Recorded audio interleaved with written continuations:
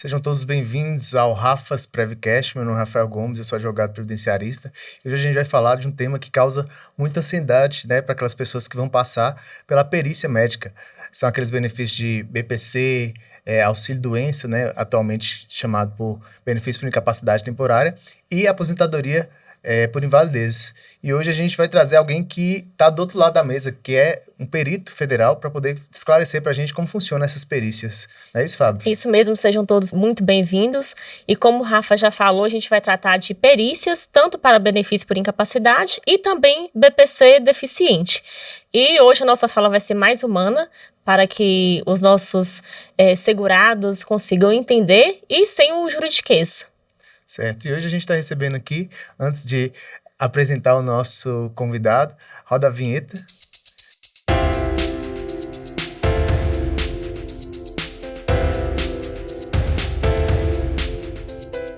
E hoje a gente está recebendo aqui o Dr. Marcelo Nalim, que é médico perito do INSS. Doutor, se apresenta para os nossos ouvintes, para os nossos segurados, quem é você, o que você faz, o que é um perito, como você começou.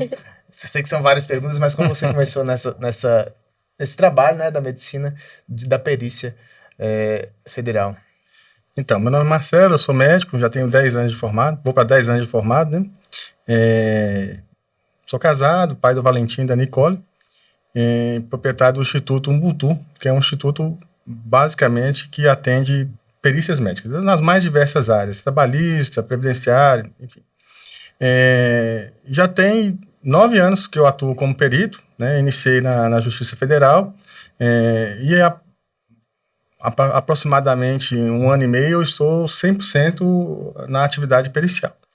O perito nada mais é do que os olhos do juiz no exame pericial. Então, às vezes é necessário examinar o paciente, entender o caso dele, e aí o perito fica sendo ali aquela pessoa que vai analisar o caso do ponto de vista médico legal, né? Então, se tem realmente uma doença, se essa doença causa incapacidade, se causa deficiência. Então, a gente brinca que a justiça é cega, mas o perito não, né? O perito ele tem essa visão completa do ser humano, né? Desde o momento que o periciado entra na sala até na hora que a gente despede dele, a gente está avaliando esse periciado e a gente, basicamente, é isso. São os olhos do juiz naquele momento ali, naquele recorte temporal que é a perícia médica.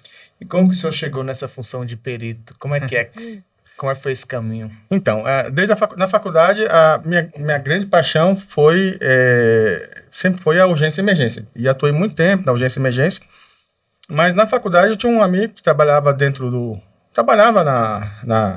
na justiça, e ele sempre falava, por que você não ingressa nesse ramo de perícias?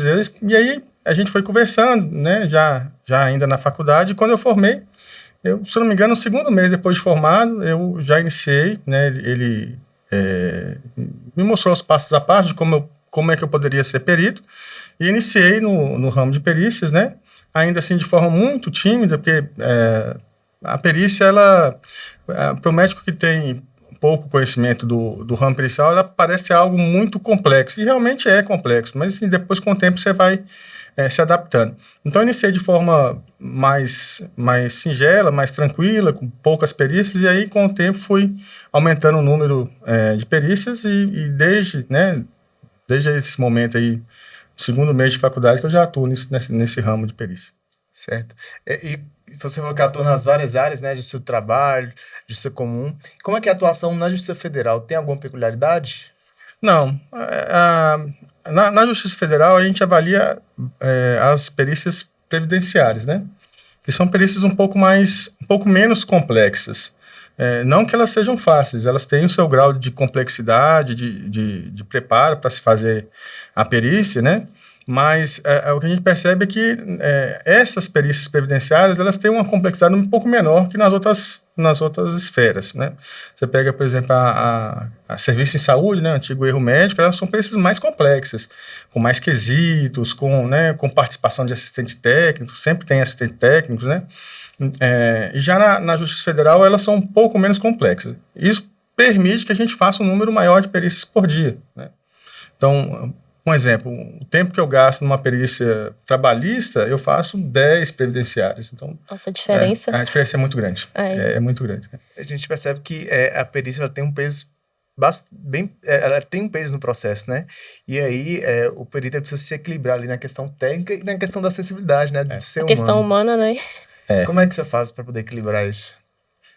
Na verdade, a gente, antes de ser perito, a gente é médico e ser humano, né? Então, a gente tem que ter um pouco mais de sensibilidade com relação à perícia. Eu lembro que quando eu comecei, hoje não, hoje está mais tranquilo, assim, mas quando eu comecei, era um senso comum de que a perícia tinha que ser algo mais frio, né? Aliás, a perícia médica, a relação médico-paciente, ela não existe. Eu não posso prescrever, eu não posso cuidar do paciente, a minha função ali é a avaliação do caso. Mas a gente tem que ter essa sensibilidade, né? Como eu falei, quando o periciado ele entra na sala, a gente já está avaliando ele, né? E a gente avalia em vários aspectos, né? A questão da vestimenta, de como que ele se porta, né? Se esse periciado está mentindo ou não, né? E aí, essa é uma característica muito da nossa clínica, né? O Instituto Umbutu, a palavra Umbutu, ela tem exatamente essa conotação. Umbutu é uma palavra de origem africana que ela, traduzindo, ela significa eu sou quem eu sou porque sou todos nós. E fala muito disso, né? Da gente avaliar o periciado como um todo. Eu lembro quando eu fui montar a minha primeira clínica ali na Dom Pedro II, eu montei assim da melhor forma possível, né, dentro dos recursos que a gente tinha, e um colega falou comigo: moço, mas você vai investir dessa forma numa clínica que é de perícia? Eu falei: é perícia, mas é um ser humano, né?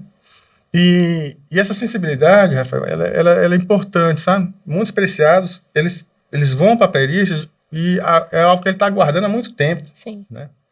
O que ele está aguardando ali há 1 ano, 2 anos, né? Muitos deles chegam bastante nervosos, tensos, ansiosos, né? Tem essa ansiedade da perícia, o medo, né? O medo do perito. Então, essa sensibilidade de avaliar o periciado, de entender, né? Quebrar o gelo, né? Eu faço muito isso, né? Para criar esse vínculo. Apesar do vínculo médico-paciente não existir, sim, mas existe o vínculo pessoa a pessoa, né? A gente tem que quebrar isso. Inclusive, quando a gente entra em contato com o cliente, né, para avisar que a perícia foi marcada, muitos já ficam com medo, né? Com medo, com certo receio. E, consequentemente, quando eles entram na sala de perícia, eles já entram nervosos. Muitos deles, né? A gente percebe isso e eles relatam também pra gente. Por que existe talvez essa imagem de vilão do perito por parte dos segurados, né? Que eles já entram nervosos, com medo, e talvez isso até prejudica, né? Eu acho que tem uma relação muito íntima com o perito federal, que é diferente do perito judicial, né? O perito federal é aquela perícia que vai ali no INSS, é uma perícia extremamente técnica, às vezes muito rápida, uma perícia muito rapidinha, assim, o periciado às vezes nem tem a oportunidade de falar o que ele sente, como que, né, o que ele está sentindo. O exame físico também é um exame físico mais rápido também. E aí é muito do medo de que o entendimento de que o perito ele vai negar o benefício. Mais uma vez, né? O perito vai negar o benefício de novo, né? Esse dia a gente estava num grupo de colegas peritos e aí tinha uma situação lá e aí eles ficaram assim: peguei no flagra, pegamos o erro do periciado. E aí eu até comentei lá, falei: olha, se a gente for atuar como Sherlock Holmes, que quer achar o mínimo de erro para negar, nós vamos negar de todo mundo, sim, né? Então, tem que ter essa sensibilidade. E aí o periciado ele tem esse medo, né? Tem esse receio de que a perícia vai ser negada. A gente tem que entender que muitos desses periciados precisam disso para sobrevivência, né? O benefício não é só o salário, é a sobrevivência dele, né? Mas do outro lado também tem o governo, tem o ente federal, que se a gente não tiver critério e conceder para todo mundo, a gente acaba quebrando o sistema. Então, é a avaliação técnica, né? Mas realmente tem esse medo, né? Nossa, o paciente chega muito tenso na perícia, aí quando a gente percebe, a gente tenta quebrar isso aí numa conversa. Às vezes, ele é de uma cidade, eu conheço muitos prefeitos aqui, aí eu pergunto como é que tá o prefeito lá. Quem quebra o gelo, né? Aí a gente vai batendo aquele papo, né? Então, assim, a gente tenta quebrar isso, até para que o periciado ele possa se abrir, ele possa né, dizer o que ele está sentindo, as dores, né? E o perito, ele sofre algum tipo de pressão? Seja pressão por parte do judiciário ou por parte do segurado? Por parte do judiciário, não. Nunca tive nenhum pedido específico do judiciário com relação... Isso é uma coisa que a gente... É quase que uma lenda, né? E que a gente recebe para negar. Nunca tive nenhuma pressão do judiciário. A pressão que a gente tem é para cumprir os prazos, entregar da melhor forma possível, ser coerente no laudo. Esse tipo de pressão é normal, né? O judiciário exige da gente. A gente sofre um pouco de pressão do periciado, porque às vezes ele entra bastante nervoso, choroso, né? Lá fora, a secretária está lá fora e escuta, né, o choro. Quantas vezes o periciado vai entrar no exame pericial, ajoelha, ora na porta da perícia. Outros exageram os sintomas. Isso aí não deixa de mexer com a gente, né? Sim. Ver que realmente ele precisa daquilo. Mas, como eu falei, a gente tem que ser técnico, né? Dentro da sensibilidade, tem que ter a parte técnica e não ceder a essas pressões, né? Sim.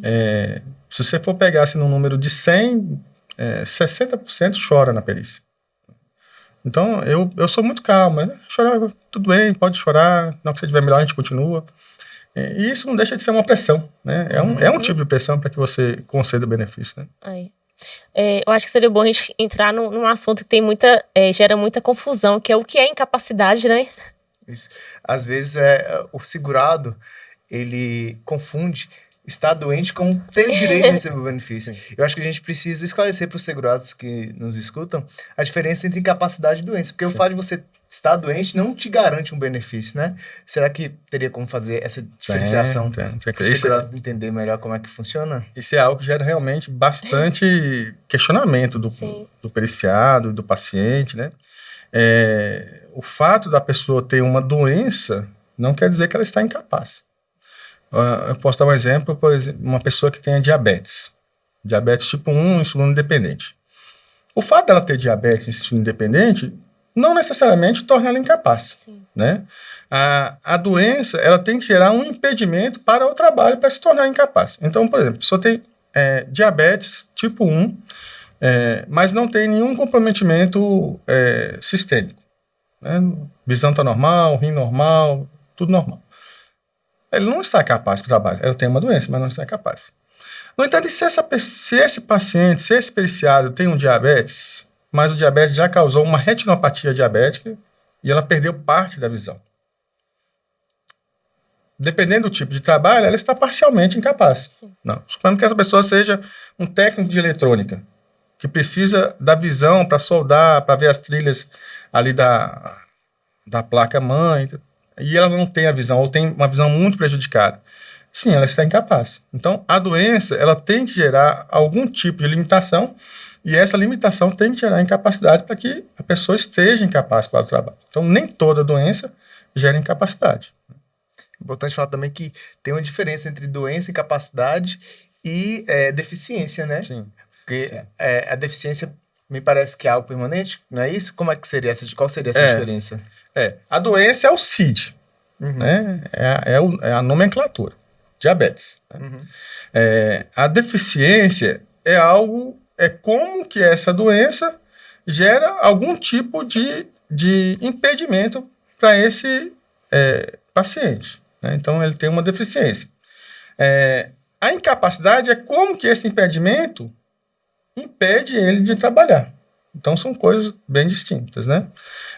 É raro, Rafael, uma deficiência ser temporária. Né? Normalmente, a deficiência ela é permanente. Né? A pessoa dificilmente tem uma deficiência ali que é por um tempo só. Né? A deficiência por si só já fala que é um agravo à saúde que causou ali um dano que gera uma deficiência. Né?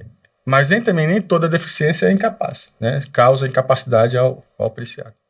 Antes da reforma da Previdência, os benefícios por incapacidade chamavam auxílio-doença e aposentadoria por invalidez. Depois da reforma, alterou essa nomenclatura e passou a chamar benefício por incapacidade permanente, que seria o auxílio, a aposentadoria, e benefício por incapacidade temporária. Eu acho que é importante a gente esclarecer também, né, Qual que é essa diferença entre capacidade permanente e capacidade temporária? Sim. Porque muitas vezes a pessoa está incapaz, só que daqui a um mês ela vai se recuperar, vai restabelecer a capacidade de trabalho dela e vai conseguir se reinserir no mercado de trabalho. Sim. Qual seria, então, essa diferença para os nossos segurados entenderem? A incapacidade temporária é aquela incapacidade que a pessoa está incapaz por um período de tempo. Por exemplo, o iniciado descobriu um câncer renal. E aí ele vai fazer o tratamento do câncer renal. Ele vai ter que fazer uma cirurgia, né? Vai ter que retirar o rim. Então, por um período de tempo, ele está incapaz, ele está em tratamento, né? Ele fez uma cirurgia, ele está em convalescência, então ele precisa de um tempo para se recuperar. Ou ele está no tratamento de uma outra doença que gera ali um período de afastamento do trabalho. Então, é uma incapacidade temporária, por um período, que pode ser 3 meses, 6 meses, 12 meses. Nós, da perícia judicial, a gente sempre estabelece esses prazos de 3, 6 e 12. Então, para não ficar algo picado, né? A gente põe ali incapaz por 3 meses, incapaz por 6, incapaz por 12 meses. Né? A permanente é quando aquele agravo não tem mais condições de tratamento. Né? A pessoa tem uma doença que gerou um problema de saúde e que se esgotou o tratamento. Não tem mais tratamento para aquilo. Aquilo ali é permanente. Né? Um exemplo que eu posso dar o paciente teve um problema na perna, uma trombose, e a trombose causou uma amputação do membro inferior. Isso é permanente, não vai nascer um novo membro. O máximo que ele pode usar é uma prótese, uma órtese. Então, ali está com uma incapacidade permanente para o resto da vida. Você deu um exemplo interessante do câncer, porque existem alguns benefícios que não exigem carência, ou seja, que a pessoa tem contribuído ali para o INSS. E muitas vezes as pessoas acham que o fato de ter câncer já incapacita elas de maneira permanente. Na verdade, isso não acontece, né? Não.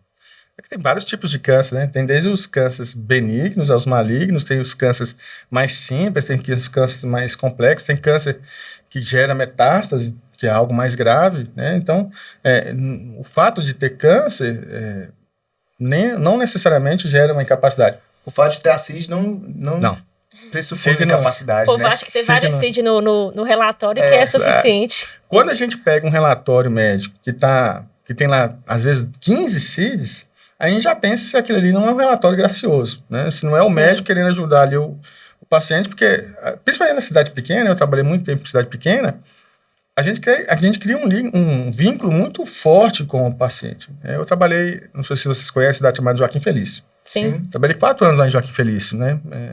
Por muito tempo fui o único médico da cidade. E, assim, o vínculo meu com a população era muito grande. O paciente queria que eu vá almoçar na casa, né? Festa, chama. Então, às vezes, quando a gente vê um laudo que tem ali 15 CID, aquele tanto de CID, a gente pensa, será que esse laudo não é gracioso? Não é algo que ali o médico está querendo dar uma contribuição para o periciado? Então, a gente tem que ter esse olhar, né? Como eu falei, o perito ele não pode ser cego, ele tem que ter essa visão, né? Agora eu tenho um questionamento que eu acho que todos nós advogados já passamos por isso. Quando a gente dá entrada no benefício, já várias vezes aconteceu comigo também, o cliente virar pra gente e falar assim, doutora, meu vizinho tem a mesma doença e ele aposentou, eu também vou conseguir, né? E aí ele faz a perícia, sai o resultado e a perícia acaba sendo negada. E, consequentemente, o cliente ele fica revoltado, né? Porque o vizinho dele, o parente dele tem a mesma doença e ele não conseguiu se aposentar. Às vezes coloca a culpa até no advogado ou no perito, né? Duas pessoas que têm a mesma doença podem ter resultados diferentes? Podem. Explica pra gente sobre isso. Normalmente tem. A perícia, ela avalia vários aspectos da vida do periciado. A doença, como que essa doença interfere, qual que é a atividade laboral desse periciado. Né? Então, você pega 2 pessoas que têm a mesma doença, mas elas têm atividades laborais diferentes. Né? Talvez uma idade diferente, uma função diferente, Exatamente, uma função diferente, uma idade diferente, uma vida diferente. Sim. Então, não necessariamente a mesma doença, graus de doença, às vezes uma mesma doença, ela pode estar, eu citei aqui o diabetes. Por exemplo, Marcelo, eu tenho diabetes. Né? Eu tenho diabetes, eu tomo insulina. Mas isso não me faz incapaz de atuar como médico. Né? Se é um benefício por incapacidade, se é um BPC. Então, tem vários aspectos que são olhados, não só como eu falei, o CID, né? Então, cada perícia é uma coisa, cada pessoa é outra coisa. Então, nem sempre é a mesma coisa. E o que mais pesa na perícia? Seria um exame, um atestado, um relatório, ou talvez um contexto ali, um histórico da pessoa, que às vezes a pessoa chega e conta ali a sua história de vida. O que teria mais peso na perícia? Antes de responder, é importante esclarecer a diferença de laudo, exame, de atestado, porque às vezes a gente pega alguns processos que já estão em andamento e o próprio advogado não sabe essa diferença, né, Fábio? Não sabe a diferença de qual documento é importante. Coloca tudo. Isso, exatamente. Coloca tudo, e às vezes atrapalha o advogado. São 3 coisas. Laudo e relatório são mais ou menos parecidos, atestado é bem diferente. O atestado é um recorte do tempo, né? Então, o paciente esteve na minha consulta, no meu consultório, no SUS, e ele está gripado, J11, né? Gripe. Então, ele está incapaz ali por 3, 4 dias. Isso é o atestado, é uma incapacidade ali muito pontual, né? Da doença que ele tem naquele momento. O atestado, ele é um documento mais simples, né? Só cito que o paciente tem a doença e pronto, eu não explico por que ele está incapaz. O relatório, ele é um pouco mais complexo, porque o relatório ele cita a doença, né? Ele cita também os motivos que levaram ao período de incapacidade, né? E o CID, lógico, né? Sempre tem que ter o CID. E o laudo, o laudo é algo bem mais complexo, né? E aí eu vejo muito esse erro, né? O médico do PSF faz um laudo, mas não consta no laudo o que tem que ter, né? Que é nome, né, identificação do periciado. Informações básicas, né? Informação básica, a profissão dele. Eu sempre coloco nos meus laudos, inclusive quando um paciente pede o laudo, eu nunca entrego na hora, porque se você fizer na hora, fica incompleto, né? Eu sempre peço, depois você pega comigo. Porque aí eu vou anexar junto ao laudo os documentos médicos que ele tem, né? Então, o paciente, ele tem câncer. Por que ele tem câncer? Tem a biópsia, tem uma ressonância, né? Como que essa doença gera incapacidade, né? O CID. Então, o laudo, diferente do relatório, ele é algo com mais informações. Ele tem mais informações.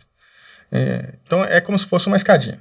O atestado é algo simples, o relatório é um pouco mais complexo e o laudo é completo com todas as informações ali do periciado. Então, por isso que quando alguém me liga e fala, doutor, eu queria fazer um laudo, eu falo, traz todos os documentos médicos que você tem, traz tudo que você tem que eu quero avaliar tudo.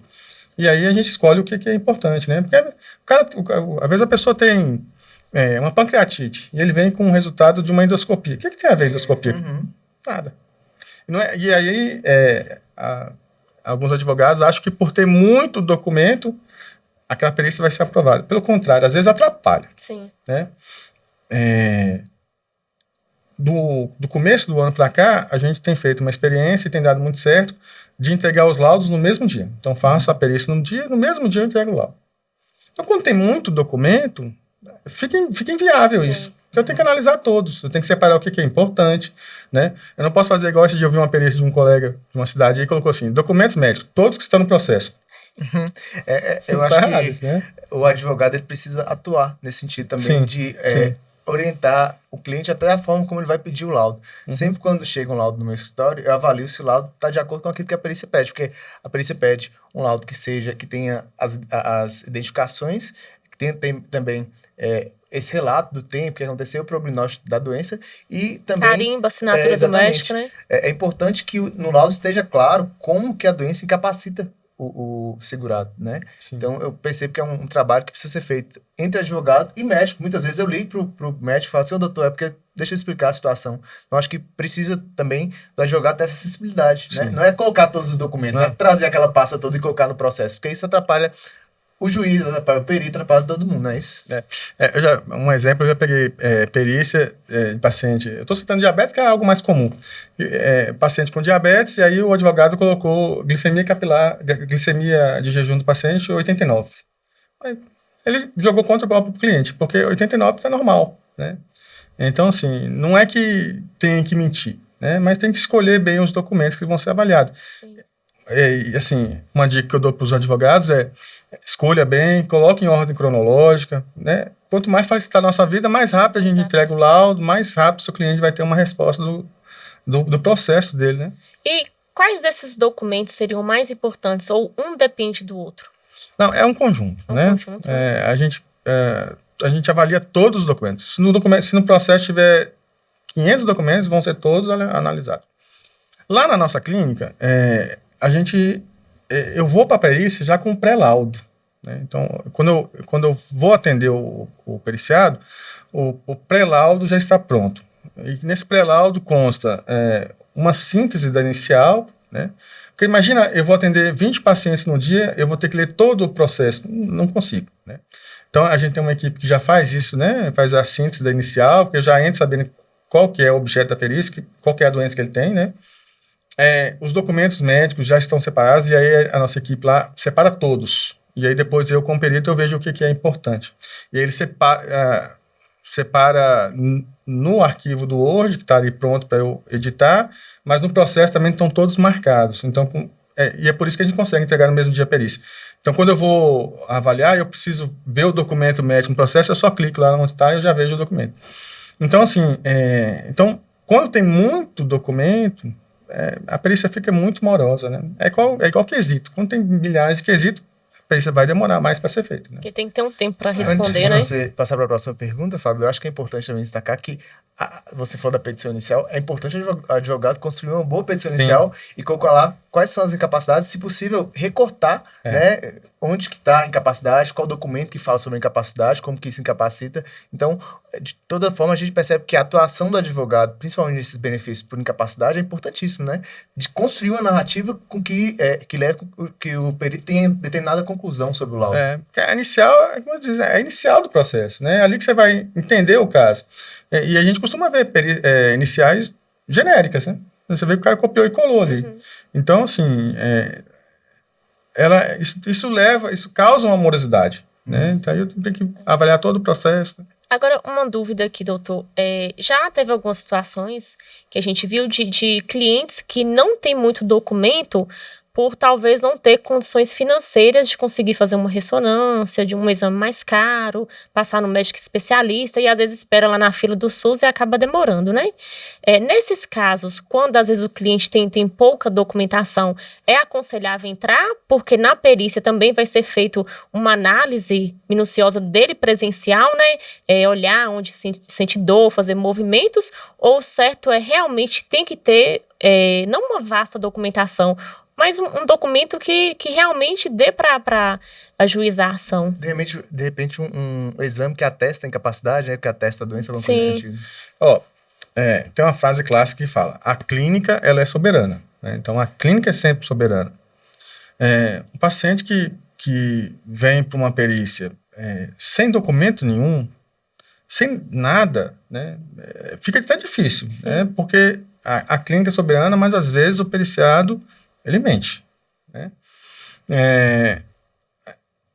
É possível fazer, mas eu acho que falta um pouco mais de subsídio, né? Tem que ter alguma coisa a mais. Então, tem que ter pelo menos um pouco, não necessariamente um documento médico, um exame médico, mas pelo menos um relatório do médico que acompanha ele. Alguém tem que ter falado para ele que ele está incapaz, né? O início de prova material, né? Como se fosse uma audiência, um processo rural. Tem que ter um início de prova, né? Tem que ter. Já tive, assim, e consegui fazer perícia que tinha 1 ou 2 exames, ou 1 ou 2 relatórios. O paciente o periciado está ali com lombalgia, né? Tem exames que me mostram que a lombalgia está presente, né? O exemplo é o teste Lassègue. Eu ponho um paciente deitado, barriga para cima, dorsal, e aí levanta o membro superior. A 45 graus vai doer na coluna dele. Então, isso mostra que tem um comprometimento radicular, né? Então, o exame físico, ele ajuda, né? Aliás, o exame físico, ele é soberano, mas os exames também ajudam, né? Sim. E, às vezes, acontece de não ter exame novo. Fazer o quê? Tem isso, né? Tem uns que tem exames antigos. E são importantes. Exames antigos são importantes. A gente entra nisso principalmente quando falar de exames antigos, quando é pra gente provar que a incapacidade ela aconteceu antes do óbito, por exemplo, do pai. Tô falando isso porque no caso de pensão por morte, Sim. aquelas pessoas que são incapazes têm direito à pensão por morte. Então, o advogado também precisa ser diligente nesse sentido, de repente, ir lá no postinho, pegar o prontuário e ir no hospital, correr atrás do prontuário para poder provar que essa incapacidade ela perdura por um tempo, não é isso? Exames antigos, Rafael, eles têm uma importância e, no meu ver, muito grande, porque entre as perguntas do juiz é a data do início da doença e data do início da incapacidade. Sim. Então, se a pessoa só traz exames novos, fica difícil a gente identificar Quando iniciou a doença, né? quando iniciou a incapacidade, né? Então, é por isso que eu falo que o advogado ele tem que ter essa função, né? De separar os documentos, colocar em ordem cronológica, porque ajuda a gente.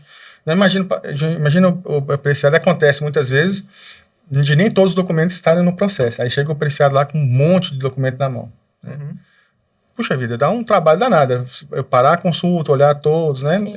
Normalmente eu falo assim, eu separo e falo assim, ó, você pede para o advogado colocar no processo. Essa semana aconteceu algo parecido no escritório, que uma cliente, ela entrou com benefício, só que nesse meio tempo ela foi no médico, fez um exame e descobriu que tinha se agravado a situação dela.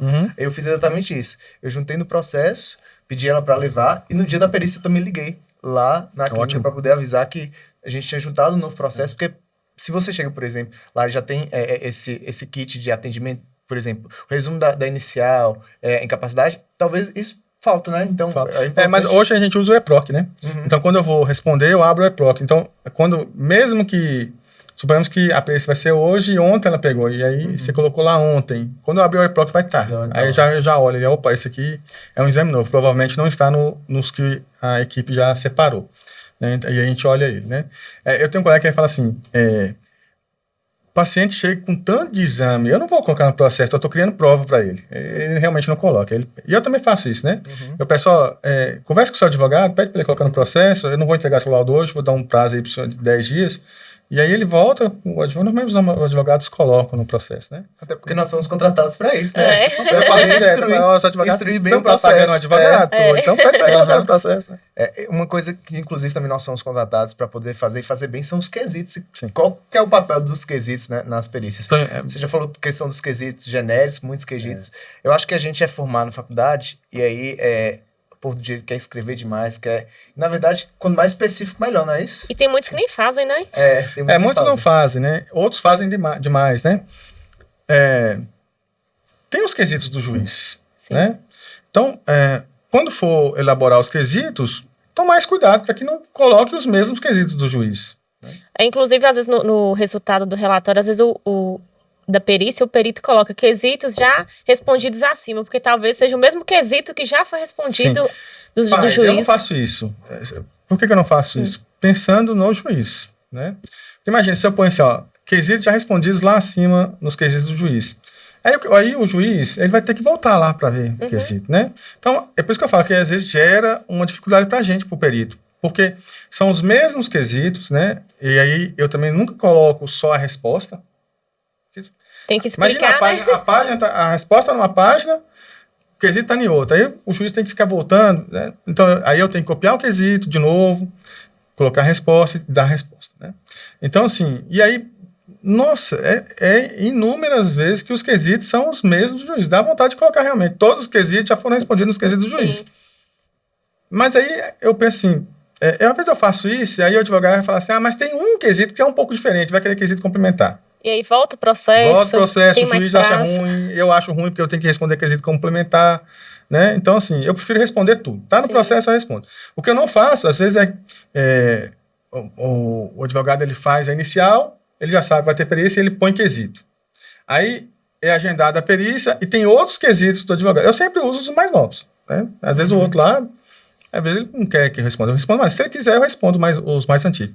Mas, assim, quesito demais, e aí a gente percebe que muitos quesitos, o cara jogou lá no GPT. Chat. Você vê, é nítido, é fácil de perceber quando é feito no chat GPT. Sim.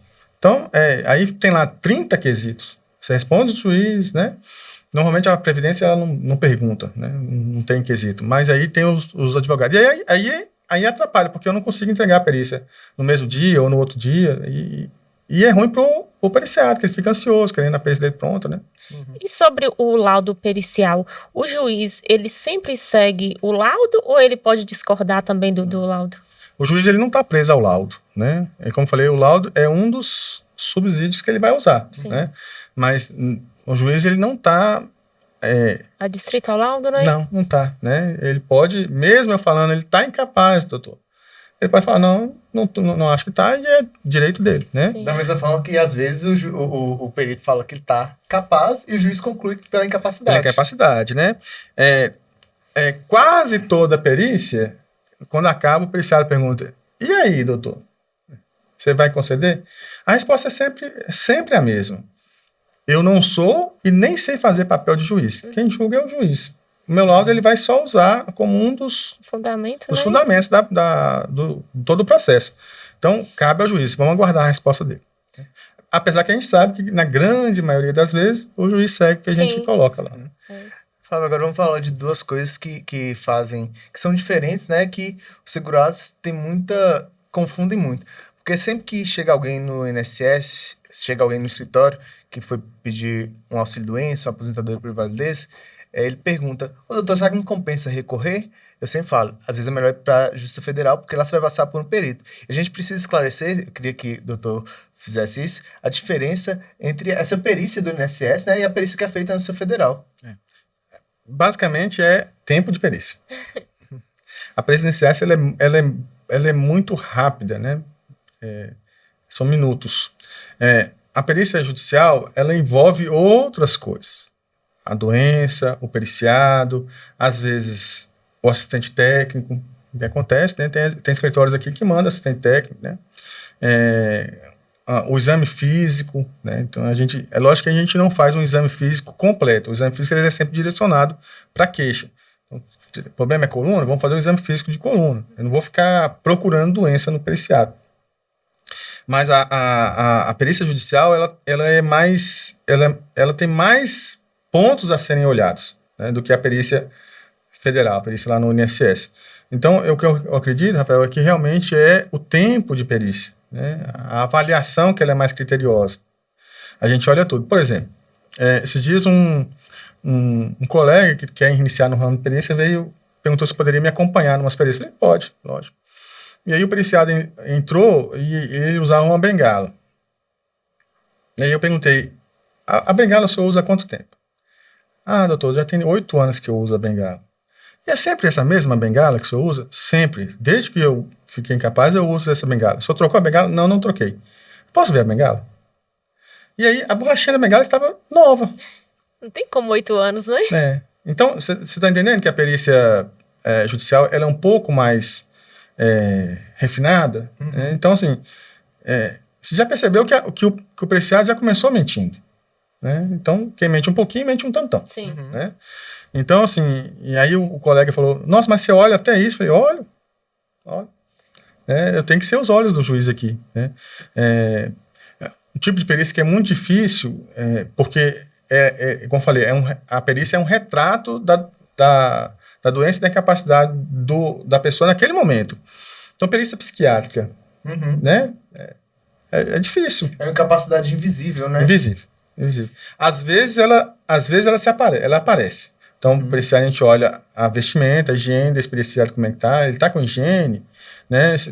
Uma pessoa que está com perda do juízo, normalmente ele não se preocupa muito com a higiene.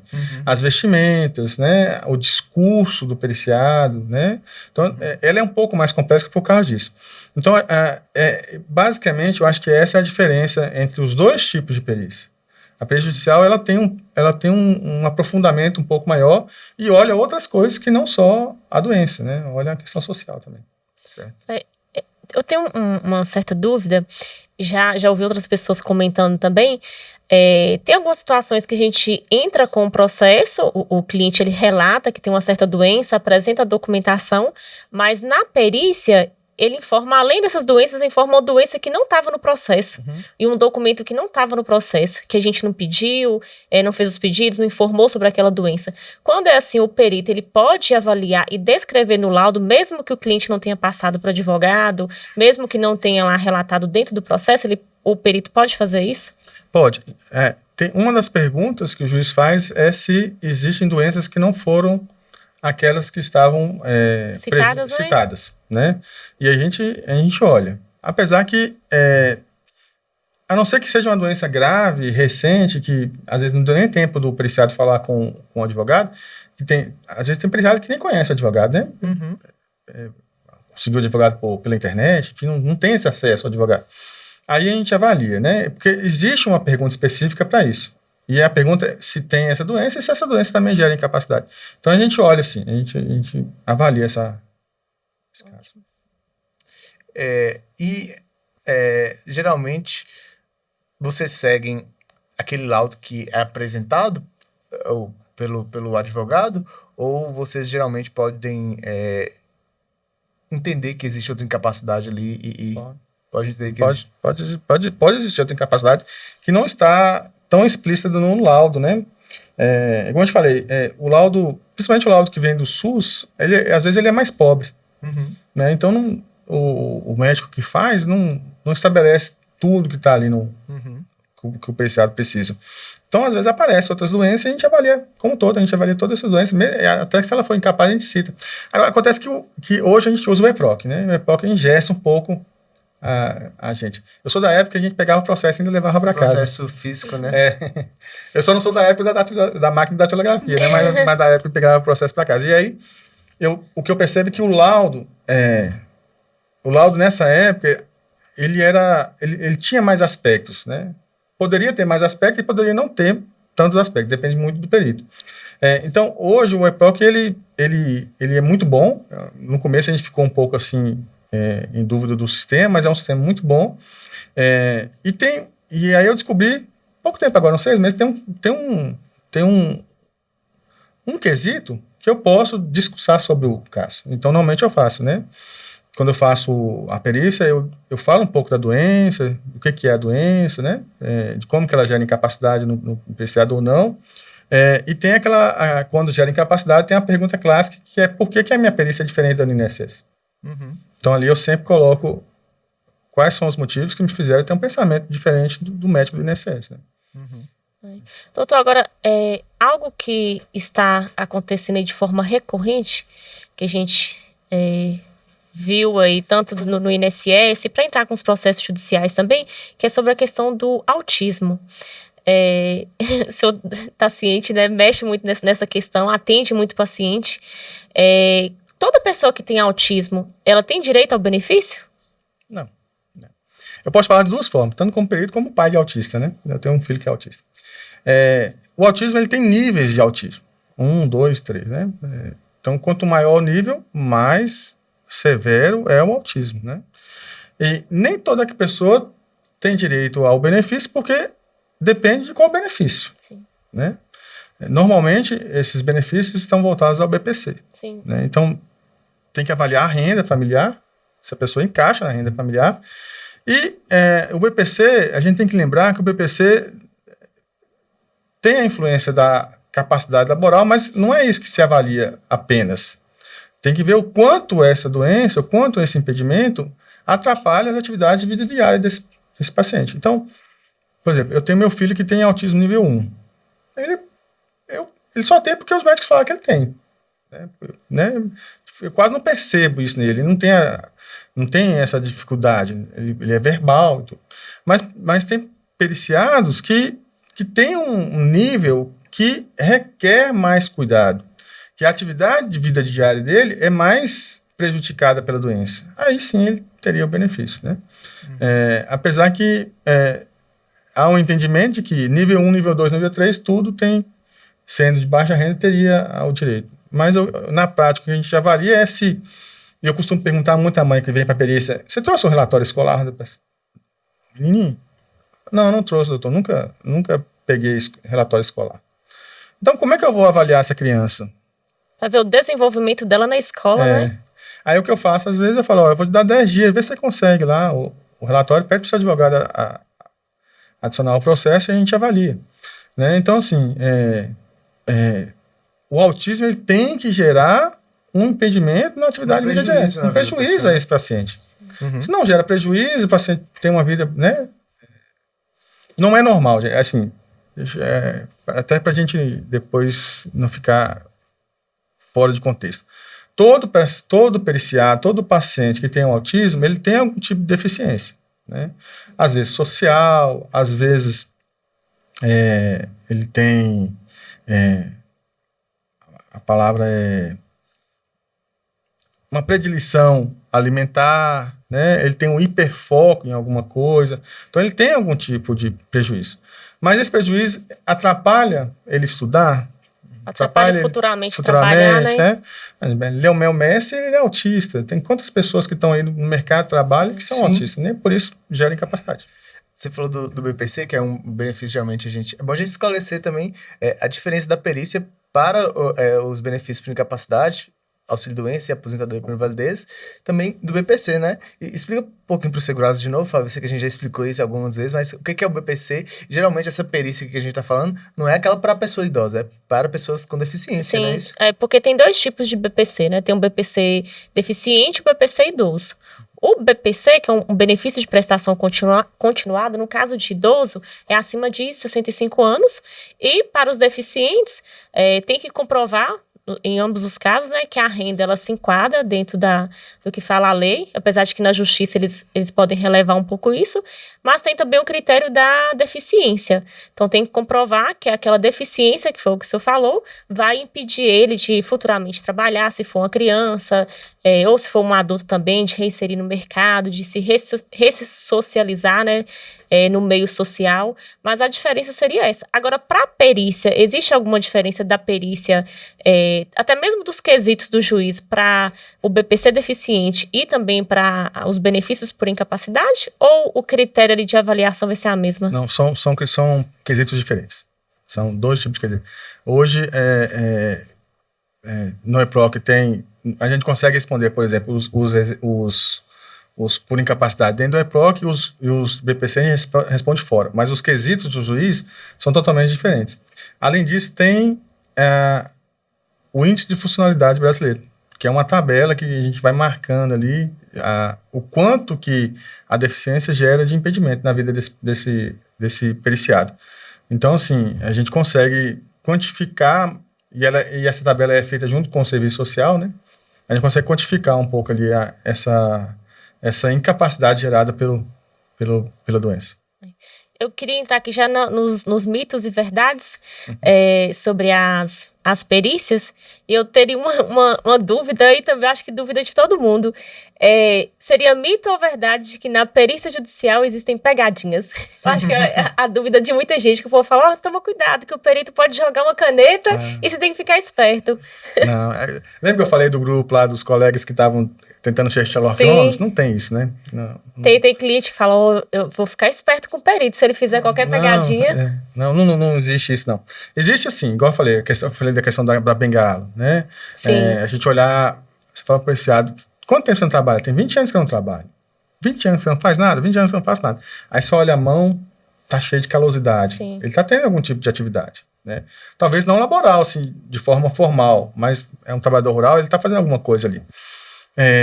A gente olha alguma coisa, mas esse tipo de pegadinha é até desumano isso, porque você tá na perícia, às vezes tão ansioso, tão tenso, e tem que no impulso a pessoa faz alguma coisa errada, né? Você tem um problema de coluna, aí eu jogo uma caneta, ele tá tão tenso, ele nem percebe a dor. Sim. Né?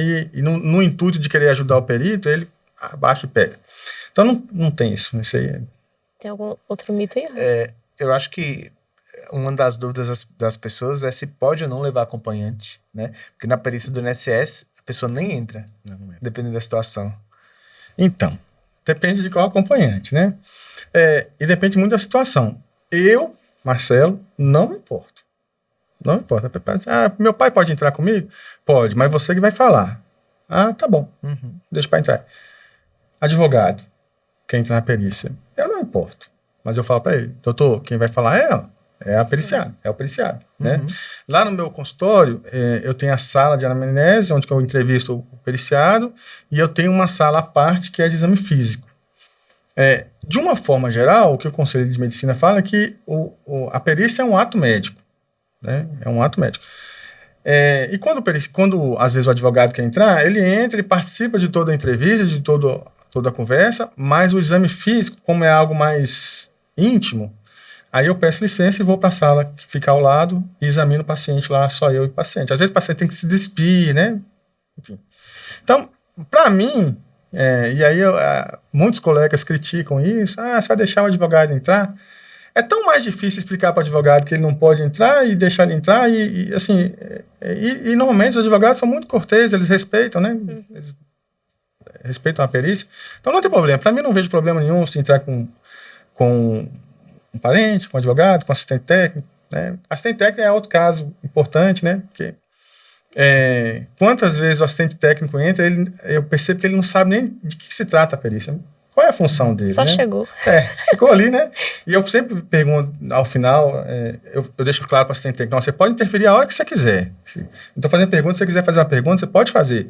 E quando termina, eu sempre pergunto, doutor, mais alguma coisa? Você quer acrescentar alguma coisa? Algo que passou despercebido?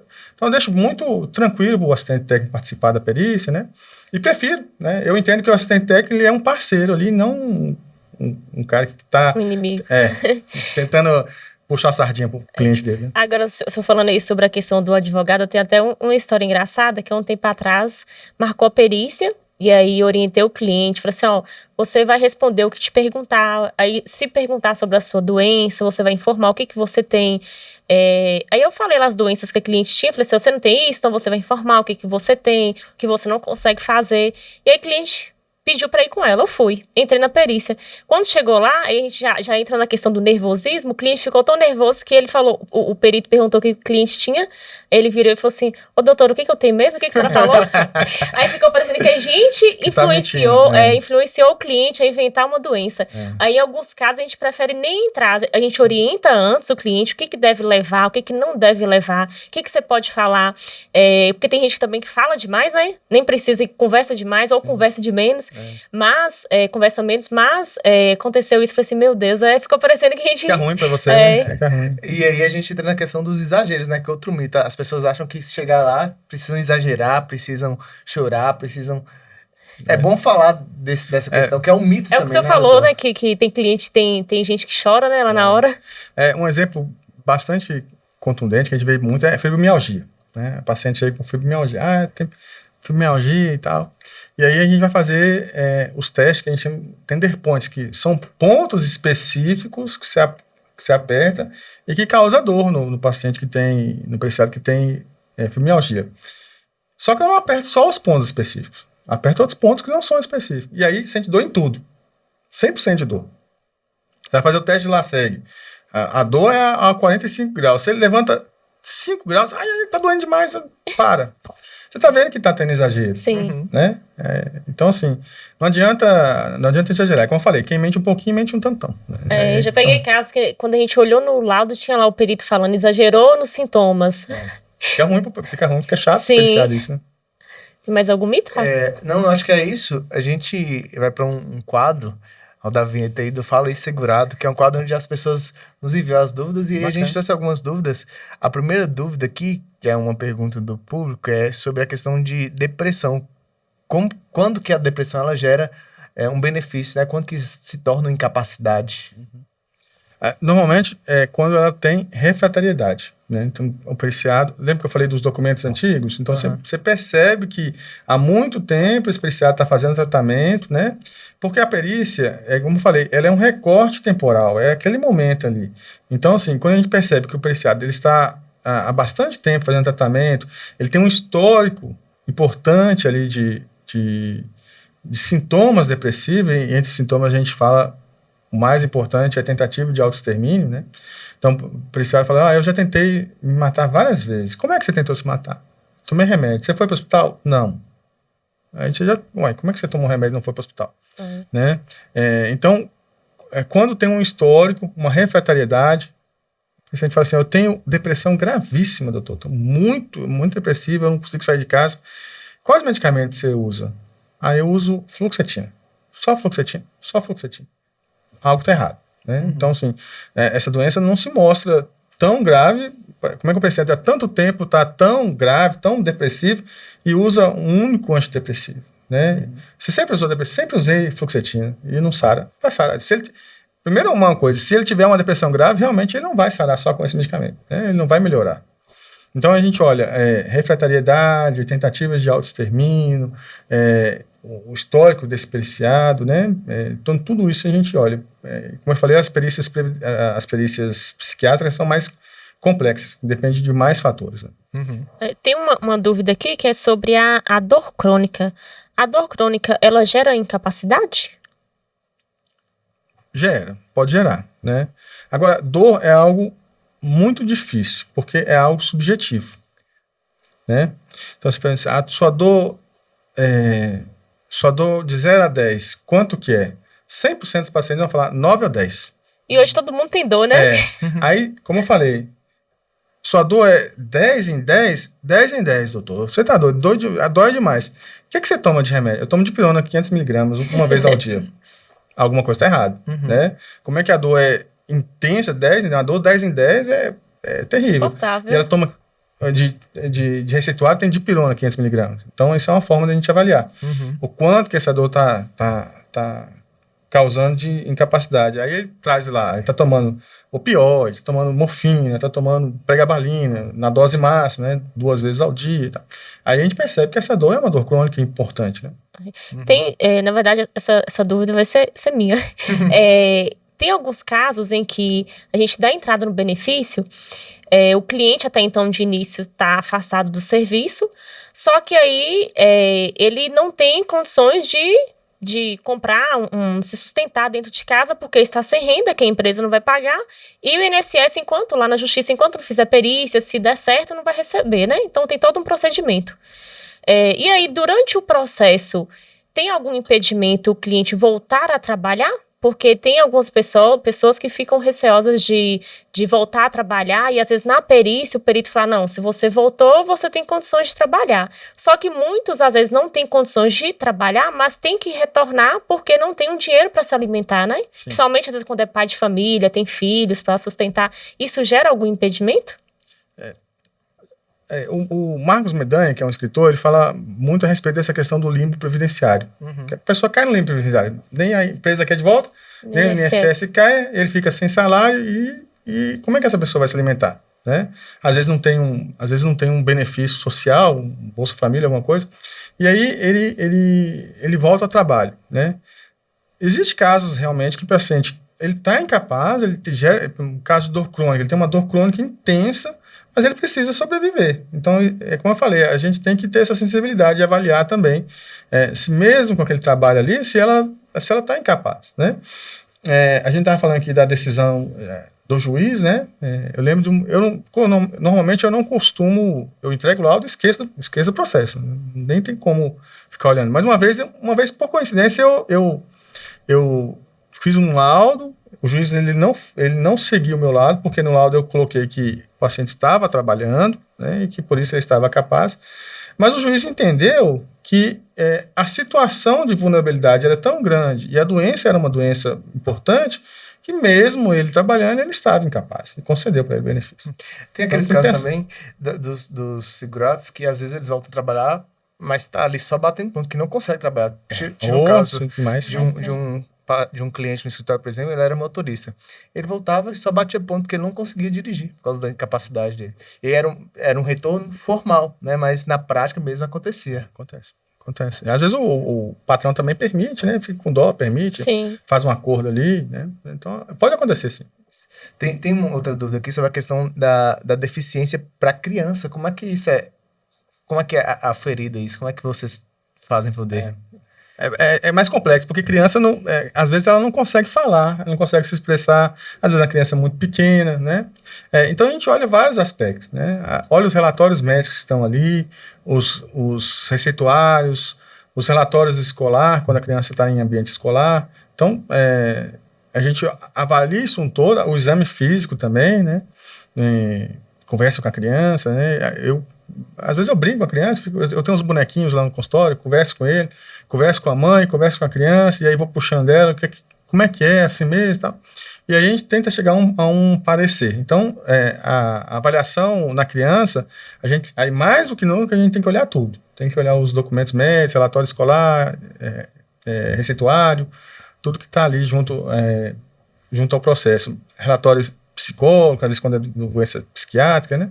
Então, tudo isso a gente tem que olhar.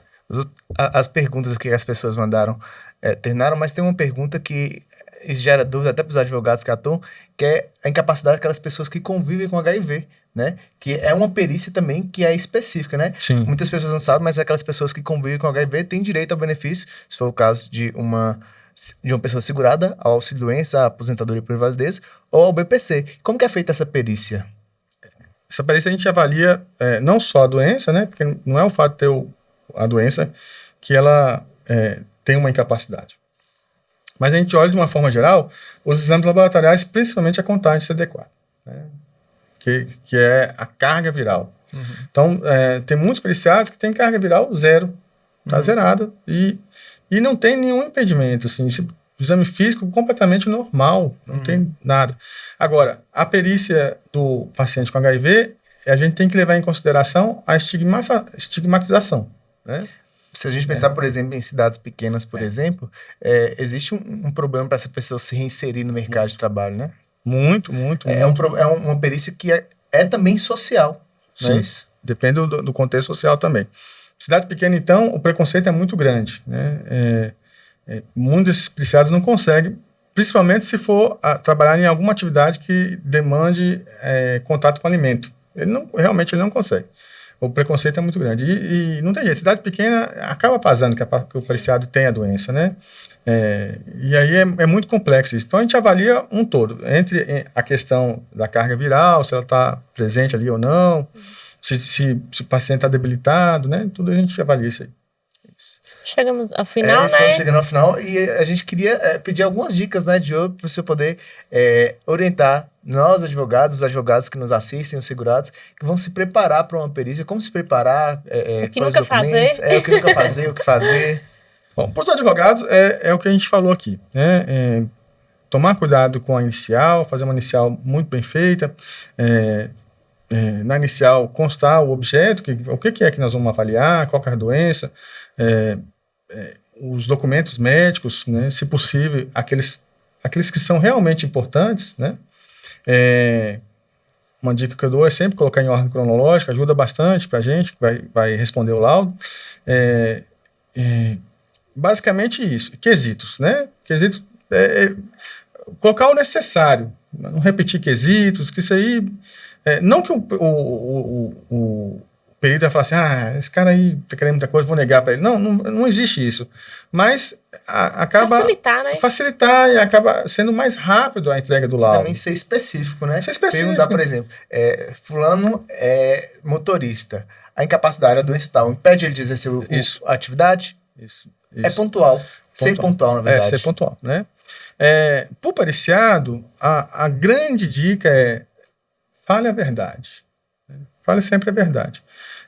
Não tenha medo do perito. O perito ele não está ali para fazer uma maldade com você, né? Ele está ali para ser um dos pontos que o juiz vai usar para julgar o laudo, né? Para julgar o processo. Então, sempre falar a verdade, né? Ficar calmo, né? Pensa assim, eu vou para uma conversa com o médico, como eu passo no meu médico do PSF, manter a tranquilidade e ter a certeza de que o perito ele vai avaliar um todo, não só a questão da doença, não só a questão de como que essa doença gera incapacidade, mas do ser humano como um todo, né?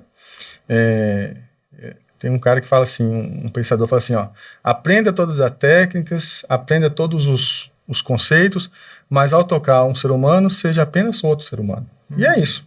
A gente não tem essa relação médico-paciente comum, né? Isso, assim, para nós, peritos, gera uma frustração, porque às vezes você vê um periciado que está com uma doença, você fala assim, puxa vida, se ele tomar isso, ele vai melhorar. Mas não posso. A nossa função ali não é ser uma pessoa má que vai negar o benefício dele. É apenas de avaliar e ser o mais justo possível, tanto quanto com ele, quanto do outro lado, que é o ente federal. Certo. É isso, os benefícios previdenciários existem para poder nos proteger dessas contingências da vida, né? E é por isso que a informação é muito importante. E, doutor Marcelo, nós queríamos agradecer de coração por estar aqui com a gente essa tarde, compartilhando, né, essas experiências, falando pra gente lá dos bastidores mesmo, da perícia. São dúvidas de advogados, dúvidas de segurados, né? Dúvidas de todo mundo. Exatamente, que sem dúvida foram esclarecidas aqui. E os benefícios por incapacidades são os benefícios que geralmente geram um gargalo, né? É aquele benefício que a gente tem menos previsibilidade, porque depende, além de depender do juiz, depende de uma boa perícia. Eu acho que essa conversa deu para esclarecer bastante para a gente, né? E aí, queria convidar as pessoas para poder nos seguir, né? Me seguir no Instagram, meu @RafaelGomes_ADV. Você pode falar o seu Instagram para as pessoas poderem seguir. O Instagram é arroba, né? Marcelo Nalim. Só isso. Nalim com N no final. O meu é fabianazevedo.advocacia. E é isso, nós agradecemos a você que ficou aqui até com a gente, né? Esse tempo todo. E te esperamos no nosso próximo episódio, 8º episódio, não é isso, Fábio?